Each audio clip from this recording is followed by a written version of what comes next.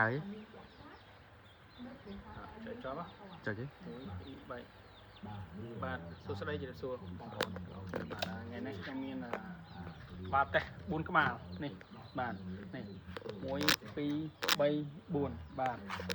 បងប្អូនដឹងសាងពីឈើអីទេបាទយើងធ្វើឲ្យដូចបដោយពណ៌បាទគឺយើងសាងអំពីក្បាលនេះឈើផ្ចឹកបាទហើយចំណែកឫសឈើនេះដែលយើងដាប់នេះគូធ្លីនេះដាប់គូធ្លីនេះគឺឈើកកោះបាទមួយស្លឹកហ្មងបាទអញ្ចឹងបាទអញ្ចឹងវាមានតែ2គូទេបងប្អូនបាទមានតែ2គូទេបាទញីឈ្មោលបាទអញ្ចឹងឈើកកឹកឈើផ្ចឹកបាទអានេះយើងបាញ់ពណ៌ប៉ុន្តែស្អាតមែនទែនយើងឃើញដូចបាទរ៉ែរោមរ៉ែអីហើយចំពោះស្នែងមកស្នែងខ្នាតធំមែនទែនបងប្អូនពីទឹកជាងបាទនេះពីទឹកមកស្អាតមែនទែនបាទស្នែងធំតែម្ដង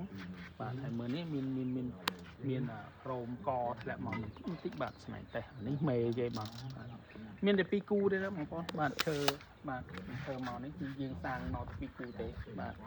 ហើយចំពោះខ្នាតធំទៀតបងប្អូនបាទបានប្រវែង70ជាងបាទហើយចំណែកតឹង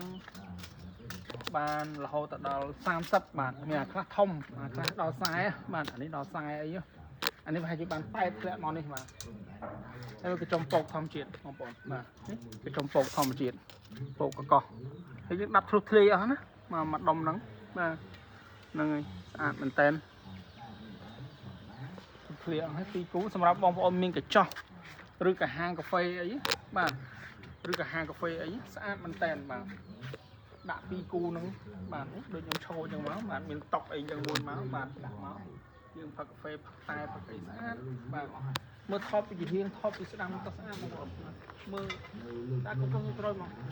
2គូនេះគឺអស់ទាស់មកអត់មានទេហើយស្នែងធំប៉ុន្តែទាំងអស់នោះអានោះធំជាងគេផងមករះដោះឯងឡើងតាញ់ស្អាតនឹងមករះដែរបាទបងប្អូនហ៎ក៏តម្រះស្អាតមកអូដាក់កញ្ចក់ដាក់អីស្អាតតែហ្នឹងហើយចង់ដឹងព័ត៌មានលម្អិតច្បាស់តាក់ទងមកលេខជីវខ្ញុំដាក់នៅលើ Facebook កម្មអរគុណច្រើនមួយ